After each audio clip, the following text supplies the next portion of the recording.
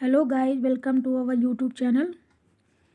आई hope आप सभी लोग अच्छे होंगे and wish to all of you a very very happy new year. And guys, I hope आप सभी लोग अच्छे से तैयारी कर रहे होंगे। तो गाइज, मैं चाहती हूँ कि ये नया साल आप सभी के लिए जो है बहुत ही मंगलमय हो और आप जो चाहते हैं वो आप अपने लक्ष्य तक पहुँचे। तो गाइज, आज जो है हम आपके लिए लेकर आए हिंदी पेडोलॉजी, जो सभी टीचिंग एग्जाम्स के लिए बहुत ही इम्पोर्टेंट है। As C TET, U P TET, K V S, D triple S B, N V S, REET end. तो गाइज, आइए शुरू करते हैं हम अपना जो है लैंग्वेज। लैंग्वेज क्या है? तो गाइज, लैंग्वेज क्या है? दिया हुआ है, भाषा हमारे विचारों को व्यक्त करने तथा दूसरों के विचारों को समझने का एक साधन है। लैंग्वेज क्या है? भाषा जो है क्या है? हमारे विचारों को व्यक्त करने तथा दूसरों के विचारों को समझने का एक साधन है और केवल संप्रेषण का माध्यम ही नहीं, इसके अन्य कुछ प्रकार भी हैं। लैंग्वेज जो है, हम अपने विचारों को जो एक दूसरे से कम्युनिकेट करते हैं, एक दूसरे के विचार को समझते हैं, साझा करते हैं, वही हमारी लैंग्वेज है। और केवल संप्रेषण ही माध्यम नहीं, इसका और भी है। भाषा विचारों के आदान प्रदान करने के साधन है। भाषा सामाजिक जीवन के सार्थक करने के रूप में, भाषा ज्ञान प्राप्ति के साधन के रूप में, भाषा साहित्य, कला, संस्कृति और सभ्यता को विकसित करने के रूप में। लिपि भाषा का लिखित रूप होता है। लिपि जो है भाषा का लिखित रूप होता है। भाषा और लिपि के बीच कोई निश्चित संबंध नहीं होता है। कोई भी भाषा किसी भी लिपि में लिखा जा सकता है।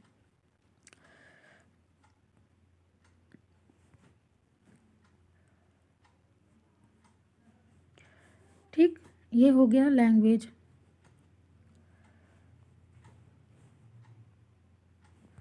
आइए देखते हैं, आइए गाइस देखते हैं भाषा के भेद रूप कौन कौन से हैं। भाषा के भेद रूप, भाषा के भेद रूप कौन कौन से हैं? भाषा के भेद रूप है लिखित भाषा, मौखिक भाषा, सांकेतिक भाषा। और लिखित भाषा जो है वो मौखिक भाषा की तुलना में अधिक स्थायी होती है। कोई चीज़ रिटन में है, अगर वो ओरली बोली जाती है तो वो अधिक समय तक स्टेबल भी रहती है और हमारे मेमोरी में याद भी रहती है। इसलिए लिखित भाषा मौखिक भाषा की तुलना में अधिक स्थायी होता है। एक गाइज, आपको हम एक बात और याद दिला दें, जो ये क्वेश्चन है, जो ये पेडोलॉजी है, इसको हमने बहुत ही मतलब कम टाइम में बहुत ही बाइंड करके, मतलब हिंदी पेडोलॉजी को हमने बाइंड करके रखा हुआ है। तो आपको हम गाइज क्वेश्चन भी बताते हुए चलेंगे कि इसमें से क्वेश्चन किस प्रकार से बनता है। अगर आपने ये सब क्वेश्चन देख लिया, जो ये मतलब दिया हुआ है कंटेंट हमारा, और आपने प्रीवियस ईयर क्वेश्चन कर लिया, प्रीवियस ईयर क्वेश्चन कर लिया, और ये पूरा जो दिया हुआ है कंटेंट हम लेकर जो आपके लिए, अगर आपने सिर्फ देख लिया तो आपको कहीं और देखने की ज़रूरत नहीं है। ये आपको 15 नंबर आपके इसको देखने के बाद आपके 15 नंबर पक्के हैं, जो हिंदी पेडोलॉजी में, जो हिंदी पेडोलॉजी में आती है। ठीक, तो आइए गाइस शुरू करते हैं। भाषा अर्जन, भाषा अर्जन, इस यहाँ से क्वेश्चन आता है हिंदी पेडोलॉजी में। इक्वाइजेशन से क्वेश्चन आता है। मनुष्य में जो है जन्मजात क्षमता है, मनुष्य में जन्मजात क्षमता है भाषा को अर्जित करने की, जिसका प्रयोग करके मनुष्य वार्तालाप करना व भाषा का सहज रूप से प्रयोग करना सीख जाता है बिना किसी विशेष प्रयास के। इसी को भाषा अर्जन कहते हैं। भाषा अर्जन क्या है? जिसमें मनुष्य जन्मजात सीख जाता है, मतलब अपने सराउंडिंग, हम ज़्यादातर एटमॉस्फेयर, हाँ, ये स्वाभाविक होती है, वातावरण का प्रभाव होता है, सहज प्रक्रिया होती है, क्योंकि यह हम आसानी से सीख सकते हैं। ये अचेतन होती है और चेतन होती है। अर्जन का संबंध मातृभाषा से ज़्यादा है, अनौपचारिक प्रक्रिया है। ठीक, तो इसमें जो क्वेश्चन आपका बनता है, देखिए क्या क्या आता है इसमें। जो आपका क्वेश्चन बनेगा वो आता है इक्वाइजेशन से। ठीक, तो इसमें पूछेगा भाषा अर्जन क्या है, तो मनुष्य में ये जन्मजात क्षमता होती है। भाषा अर्जन क्या होती है? पहली बात, ये स्वाभाविक प्रक्रिया होती है, वातावरण का इस पर प्रभाव होता है, ये सहज प्रक्रिया होती है, अवचेतन या अचेतन प्रक्रिया भी होती है, और ये मातृभाषा से ज़्यादा होती है। अर्जन का संबंध मातृभाषा से ज़्यादा होता है, अनौपचारिक प्रक्रिया। आपको इतना इक्वाइजेशन से याद रखना है भाषा अर्जन से।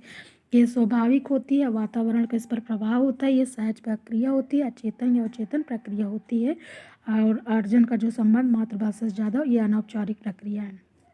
मोस्टली आपको इसमें 3 चीज़ याद रखना है: स्वाभाविक प्रक्रिया, वातावरण, सहज प्रक्रिया, और चेतन या अचेतन अनौपचारिक प्रक्रिया। ये 4 पॉइंट मोस्ट इम्पॉर्टेंट है। और भाषा अर्जन किस वजह से होता है?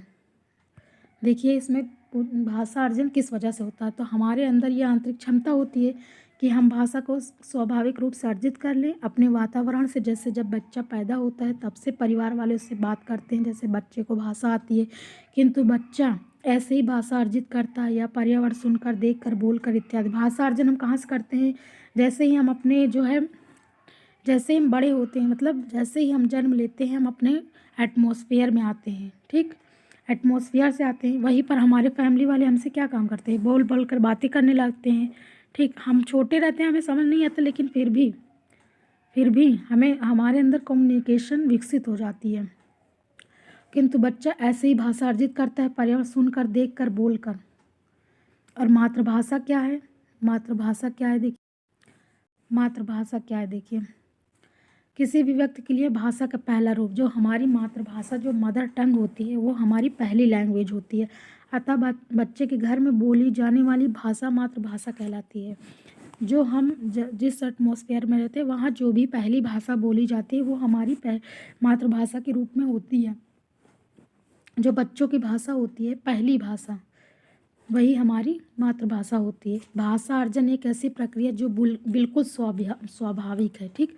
सामान्यतः बच्चा मातृभाषा का अर्जन परिवार से ही कर लेता है। स्कूल आने से पहले से ही वे मातृभाषा अपनी बात कहने व समझने में सक्षम होते हैं। बल्कि क्वेश्चन भी बायोलॉजी में बनकर आता है कि स्कूल आने से पहले बच्चे जो है, मतलब पूछता है ऐसे, तो उसमें हमें याद रखना है कि स्कूल आने से पहले ही वे अपनी मातृभाषा में अपनी बात कहने व समझने में सक्षम हो जाते हैं।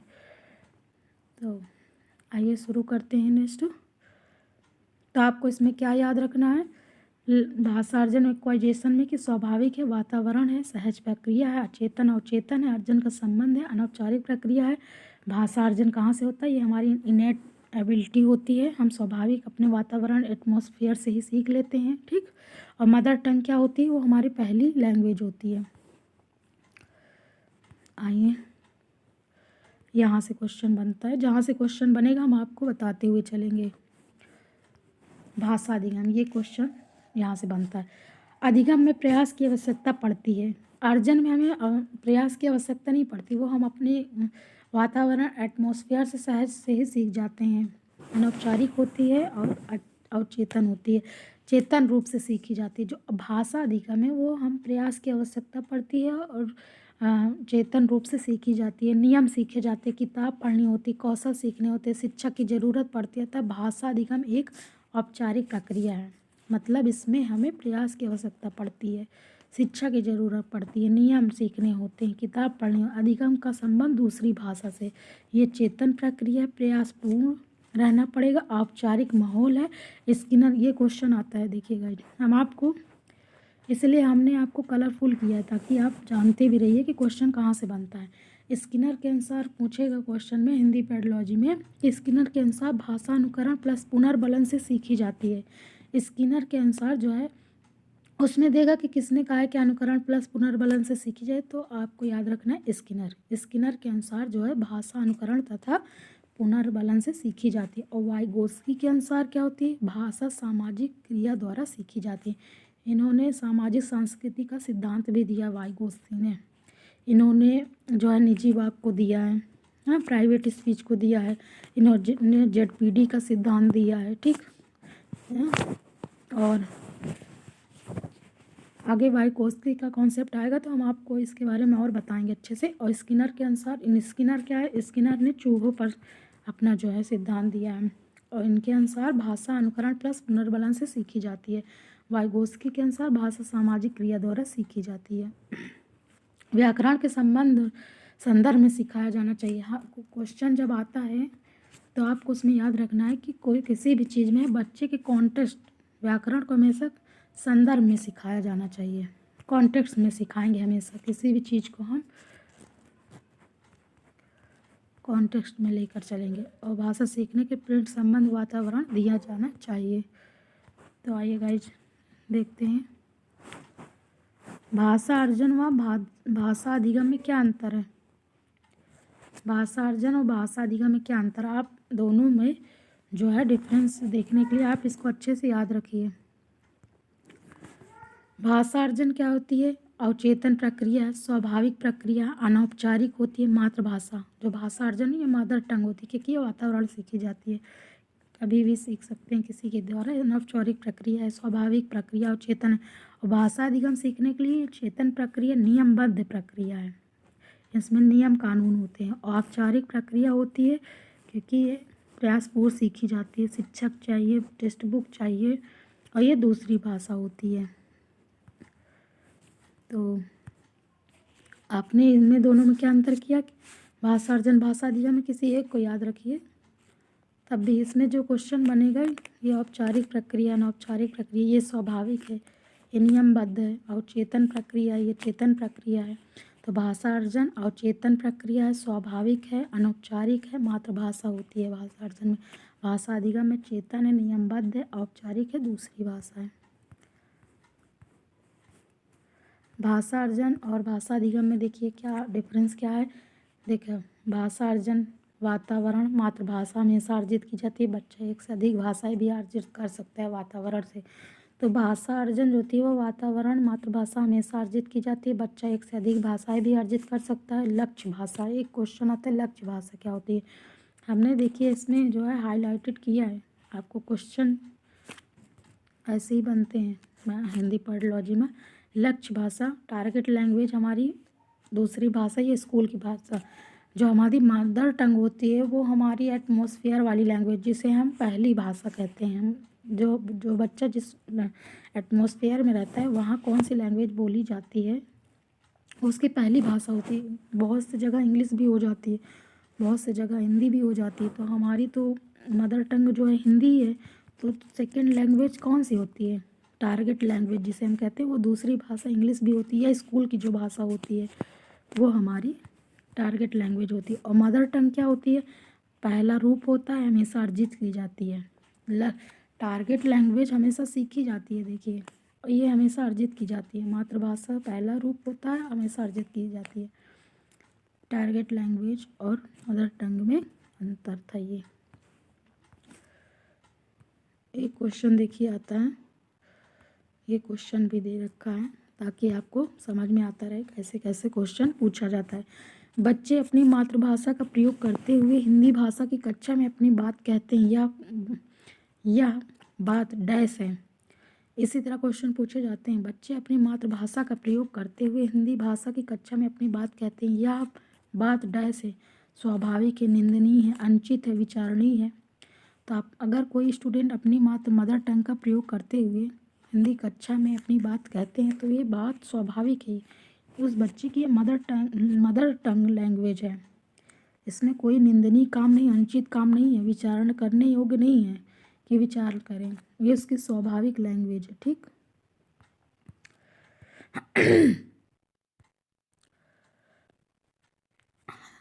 हेलो गाइस, थोड़ी सी कफ है आजकल मौसम की वजह से, तो माफ़ कीजिएगा।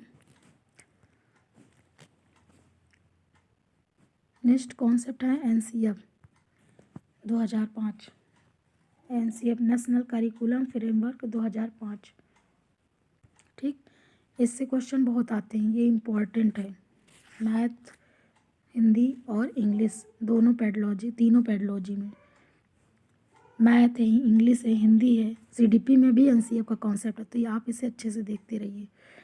एनसीएफ भी क्या कहता है, बच्चे को प्राथमिक स्तर पर बच्चे की मातृभाषा का प्रयोग करने दो ताकि बच्चा स्वाभाविक सरल प्रक्रिया में सीखेगा। एनसीएफ कहता है कि प्राथमिक स्तर पर, प्राइमरी स्टेज पर जो है बच्चे की मातृभाषा का प्रयोग करने दो ताकि बच्चा स्वाभाविक तथा सरल प्रक्रिया सीखेगा। बच्चे को स्वयं को अभिव्यक्त करने दे ताकि अपनी मातृभाषा में, और मातृभाषा प्रयोग करने की वजह से बच्चे की भाषा में क्षेत्रीय भाषा का प्रभाव हो सकता है, जैसे सड़क को सड़क बोलना, यह एक स्वाभाविक बात है। हम मातृभाषा और बहुभाषिता को स्वीकार करते हैं। एनसीएफ से देखिए क्वेश्चन कैसे बनता है। पहली बात तो क्वेश्चन इस टाइप में दिया रहेगा, प्राथमिक स्तर पर बच्चे की मातृभाषा का प्रयोग कैसा होना चाहिए, तो आपको सरल, स्वाभाविक, ठीक होना चाहिए, ताकि बच्चा कंफर्ट फील करे, अपनी मातृ लैंग्वेज का प्रयोग करने में उसे कोई हेसिटेशन ना हो। ठीक, प्राथमिक स्तर में बच्चे की मातृभाषा का प्रयोग ही होना चाहिए और बच्चे को स्वयं अभिव्यक्त करने दें अपनी मातृभाषा में। और मातृभाषा प्रयोग करने की वजह से बच्चे की क्षेत्रीय भाषा में प्रभाव होता है, जैसे सड़क बोलना, या उसकी स्वाभाविक बात है, कोई ना कोई वर्ड को वो अपनी मदर लैंग्वेज में बात करेगा, यह उसकी स्वाभाविक है। और मदर टंग और मल्टीलिंगुअलिज्म को स्वीकार करते कच्चा में एनसीएफ के अकॉर्डिंग हम मदर टंग और बहुभाषिकता मल्टीलिंगुअलिज्म को स्वीकार करते हैं। एनसीएफ 2005 जो है करके सीखने, लर्निंग बाय डूइंग करने पर मौका देता है। और एनसीएफ जो है कॉन्स्ट्रक्टिविज्म रचनावाद पर बेस है और ये करके सीखने पर बल जोर देता है, लर्निंग बाय डूइंग। और एनसीएफ में बच्चे जो हैं अपने वातावरण से जोड़कर सीखते हैं, इनमें जो है ज़्यादा पाठ्य पुस्तक का जो है जोर नहीं होता और ये बाल केंद्रित शिक्षा होती है। ठीक, यही सब है पॉइंट आपको याद रखने हैं एनसीएफ के अकॉर्डिंग, और जैसे आएगा हम आपको बताते चलेंगे, क्वेश्चन भी करवाएंगे इन पर बेस्ड। भाषा के विविध रूप, देखिए भाषा के विविध रूप कौन कौन से हैं। मदर टंग भाषा का पहला रूप होता है, आपको हमने बताया है, मदर टंग। राष्ट्रभाषा नेशनल लैंग्वेज कौन सी होती है, कोई नहीं है, संवैधानिक तौर पर हिंदी भारत की राष्ट्रभाषा नहीं है।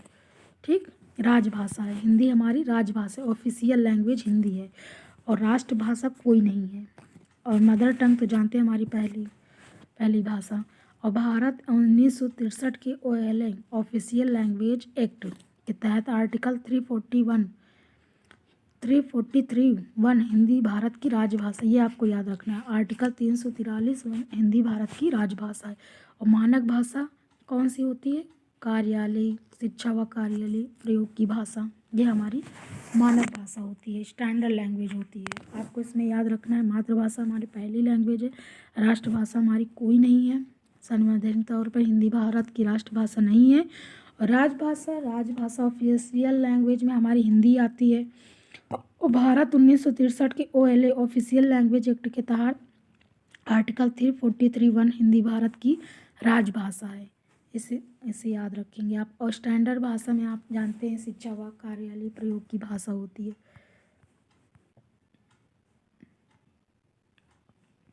देखिए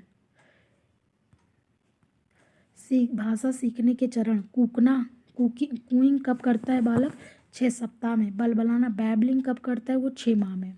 जो बच्चा कूइंग कुछ धीरे धीरे बोलता नहीं रहता है अपनी लैंग्वेज में, वो 6 सप्ताह में बोलता, 6 सप्ताह तक बोलता है। बैबलिंग कब करता है, वो 6 माह तक में। एक शब्द, 1 वर्ड कब बोलता है, वो 1 साल में। 1 वर्ड जो है 1 साल बोलता है। टेलीग्राफिक व 2 शब्द चरण 18 माह से 24 माह, 1.5 से 2 वर्ष तक में वो टेलीग्राफिक व 2 शब्द चरण बोलते हैं। लंबे उच्चारण 2 से 4 साल तक। तो कूइंग हमारा 6 सप्ताह हो गया, बैबलिंग हमारी 6 माह हो गई, और 1 शब्द चरण 1 वर्ड 1 साल हो गया। और टेलीग्राफिक व 2 शब्द चरण जो है 18 माह से 24 माह तक, यानी 1.5 से 2 वर्ष। लंबे उच्चारण 2 साल से 4 साल तक करता है वो। और प्रोफेसर स्मिथ के अनुसार 1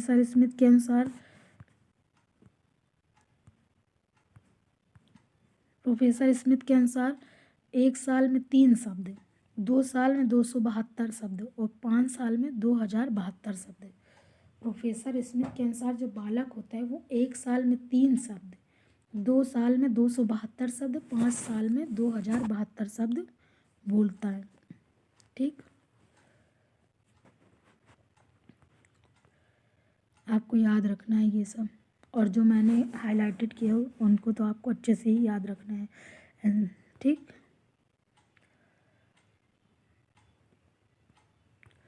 आ गया है अगला टॉपिक, कौन सा है, भाषा शिक्षण की प्रमुख विधियाँ। भाषा शिक्षण की प्रमुख विधियाँ कौन कौन सी है, देखिए भाषा शिक्षण की प्रमुख विधियों में आपको व्याकरण विधि मिलेगा, व्याकरण अनुवाद विधि मिलेगा, प्रत्यक्ष विधि, सम्मिश्रण विधि, संप्रेषण विधि, आगमन विधि, निगमन विधि। ठीक, भाषा शिक्षण की ये प्रमुख विधियां हैं। व्याकरण विधि है, व्याकरण अनुवाद विधि है, प्रत्यक्ष विधि डायरेक्ट है, सम्मिश्रण विधि है, संप्रेषण विधि है, आगमन विधि है, निगमन विधि है। व्याकरण विधि में क्या होता है, इस विधि के अंतर्गत अन्य भाषा के नियमों को कुछ शब्दों के साथ सिखाया और याद कराया जाता है। इसके बाद शब्द संयोजन और व्याकरण नियमों के आधार पर अभ्यास कराए जाते हैं। इसके अंतर्गत ग्रामेटिकल जो है ना, उनको नियम के आधार पर अभ्यास कराया जाता है, नियम सिखाए जाते हैं, रूल्स रेगुलेशन होते हैं इनके कुछ, उनको सिखाया जाता है और फिर याद कराया जाता है। ठीक, और व्याकरण अनुवाद विधि में इसके अंतर्गत क्या होते हैं, 19वीं शताब्दी के अंत तक ट्रेडिशनल और मान्य विधि के रूप में प्रचलित रही है। ये है ग्रामर ट्रांसलेशन विधि है। इसमें व्याकरण और अनुवाद दो विधियां परस्पर संयोजित हैं। इस विधि में बच्चे लक्ष्य भाषा पढ़ना लिखना तो सीख लेते हैं, परंतु बोलने के ज़्यादा अवसर नहीं मिलते। इस विधि में बच्चे की मातृभाषा में अनुवाद के माध्यम से लक्ष्य भाषा सिखाई जाती है। आपको इस सिंपल से याद रखना कि व्याकरण अनुवाद विधि में हम क्या करते हैं, बच्चे की मातृभाषा में अनुवाद के माध्यम से लक्ष्य भाषा सीखे। जैसे राम गूंज, ठीक, राम जाता है, इसको हम ट्रांसलेट करते हैं राम गूंज। तो इसे हम पहले व्याकरण विधि में क्या करते हैं, पहले नियमों को समझाते सिखाते, उसके बाद व्याकरण अनुवाद विधि, उसको हम राम जाता है राम गूंज को हम जो है बताते हैं ना, राम जाता है, इसको हम, ये हमारी मदर टंग में अनुवाद है, इसको हम लक्ष्य जो हमारी सेकंड लैंग्वेज कौन सी है, टारगेट लैंग्वेज कौन सी है, हमारी इंग्लिश है, तो इसको हम ट्रांसलेट करते हैं राम गूंज। तो ये हम बच्चे की मातृभाषा में अनुवाद के माध्यम से लक्ष्य भाषा सिखाते हैं। इसमें हम व्याकरण और ट्रांसलेशन का यूज करते हैं। ये व्याकरण अनुवाद दो विधियाँ परस्पर संयोजित हैं। इस विधि में बच्चे लक्ष्य भाषा पढ़ना लिखना तो सीख लेते हैं, परंतु बोलने की ज़्यादा अवसर नहीं मिलते हैं। और डायरेक्ट मेथड कौन सी होती है, डायरेक्ट मेथड क्या होती है, व्याकरण अनुवाद विधि की अनेक सीमाओं के कारण प्रत्यक्ष विधि का आविर्भाव हुआ। मौखिक वार्तालाप विधि भी कहा जाता है इसे। मौखिक डायरेक्ट मेथड या प्रत्यक्ष विधि जो होता है, मौखिक वार्तालाप विधि भी कहते हैं। इस विधि में शिक्षार्थी की मातृभाषा की मध्यस्थता के बिना अन्य भाषा सिखाई जाती है। इस लैंग्वेज डायरेक्ट मेथड में क्या होता है, ये हमारी टारगेट लैंग्वेज होती है। इसमें हम बिना बच्चे के मदर टंग का यूज किए हुए हम अपने टारगेट लैंग्वेज को सिखाते हैं। बच्चे की मातृभाषा का प्रयोग नहीं किया जाता, केवल टारगेट लैंग्वेज। इसमें इंग्लिश, डायरेक्ट इंग्लिश ही पढ़ाते हैं, उसको हम ट्रांसलेट या कुछ और नहीं करते। आइए नेक्स्ट कौन सा है, सम्मिश्रण विधि है। सम्मिश्रण विधि है। इस विधि के अंतर्गत भाषा शिक्षण की प्रक्रिया के व्यवहारिक पक्षों का सम्मिश्रण है। शिक्षण की प्रक्रिया के व्यवहारिक पक्षों का सम्मिश्रण है। इस सम्मिश्रण में विधि शिक्षक भाषा शिक्षण के विभिन्न उद्देश्यों के अनुरूप और शिक्षण प्रक्रिया के विभिन्न चरणों पर किसी भी विधि का चयन कर सकता है। सम्मिश्रण विधि में भाषा के व्यवहारिक पक्षों का सम्मिश्रण है। विभिन्न उद्देश्य के अनुरूप शिक्षण प्रक्रिया के विभिन्न चरणों पर किसी भी विधि का चयन कर सकता है। इसमें टीचर जो होते हैं वो शिक्षण के विभिन्न उद्देश्य के अनुरूप और शिक्षण प्रक्रिया के विभिन्न चरणों पर किसी भी विधि का, इसमें सब मिक्स्ड विधि होती है। और संप्रेषण विधि कम्युनिकेशन मेथड में क्या होता है, कम्युनिकेटिव मेथड प्रत्यक्ष विधि की प्रक्रिया को और शुद्ध बनाते हुए संप्रेषण परक विधि का विकास हुआ है। भाषा प्रयोग सीखने में ही भाषा की संरचना सीखना, यह स्वाभाविक रूप से भाषा के प्रयोग पर बल देती है। संप्रेषण के माध्यम से भाषा सीखी जाती है। कम्युनिकेशन में हम एक दूसरे से कम्युनिकेट के द्वारा ना, ये स्वाभाविक रूप से भाषा के प्रयोग पर बल देती है। और आगमन विधि, ये क्वेश्चन मोस्ट इम्पॉर्टेंट है। हिंदी हो, इंग्लिश हो, या फिर मैथ हो, या चाइल्ड डेवलपमेंट एंड पेडोलॉजी हो, CDP में, ये सब में आता है आगमन विधि। आप याद रखते हैं, इम्पोर्टेंट है। जो इम्पोर्टेंट क्वेश्चन हो उसको हमने हाईलाइटेड किया हुआ है आपके लिए, हम तभी जो है लेकर आए हैं। इम्पोर्टेंट है ये सब क्वेश्चन। आप कम टाइम में CTET में अच्छा स्कोर करें, 120 प्लस 120 प्लस टारगेट। तो आगमन विधि में क्या होता है, आगमन विधि में देखिए उदाहरण से नियम होते हैं, पहले से में एग्जाम्पल सिखाया जाता है, एग्जाम्पल होता है, फिर रूल होता है, एग्जाम्पल टू रूल। और विशिष्ट से समान होती है ये, और ज्ञात से अज्ञात होती है। पहले संज्ञा के उदाहरण देती है, बाद में परिभाषा बताना। पहले हम उदाहरण से नियम देते हैं, पहले राम है तो ये कौन सा संज्ञा है, हाँ नाउन क्या है, पहले उदाहरण देंगे तब बताते हैं कि नाउन नाउन है ये क्या है। पहले हम उदाहरण देंगे फिर परिभाषा बताएंगे, विशिष्ट से सामान्य बताते हैं और ज्ञात से अज्ञात बताते हैं। जो पहले बालक जानता रहता है, फिर जो नहीं जानता उसके बारे में बताते हैं। ठीक, आइए नेक्स्ट देखते हैं। नेक्स्ट देखिए क्या है, नेक्स्ट है निगमन विधि, डायरेक्ट मेथड, नियम से उदाहरण की ओर।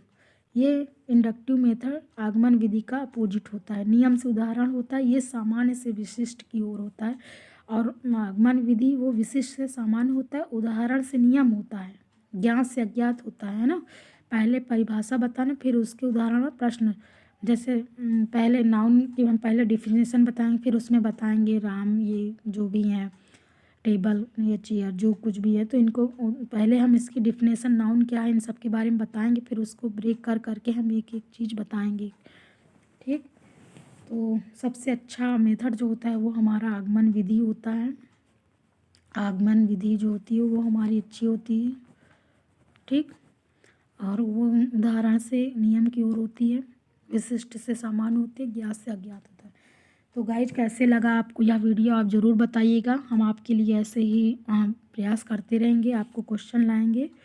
इस पर जो हम क्वेश्चन भी करवाएंगे जो इम्पोर्टेंट, इस टाइम जो है सीटेट का एग्ज़ाम चल रहा है, हम चाहते हैं कि आप बिना टाइम वेस्ट किए हुए एकदम टू द पॉइंट पढ़िए, जिस पर से क्वेश्चन बनते हैं।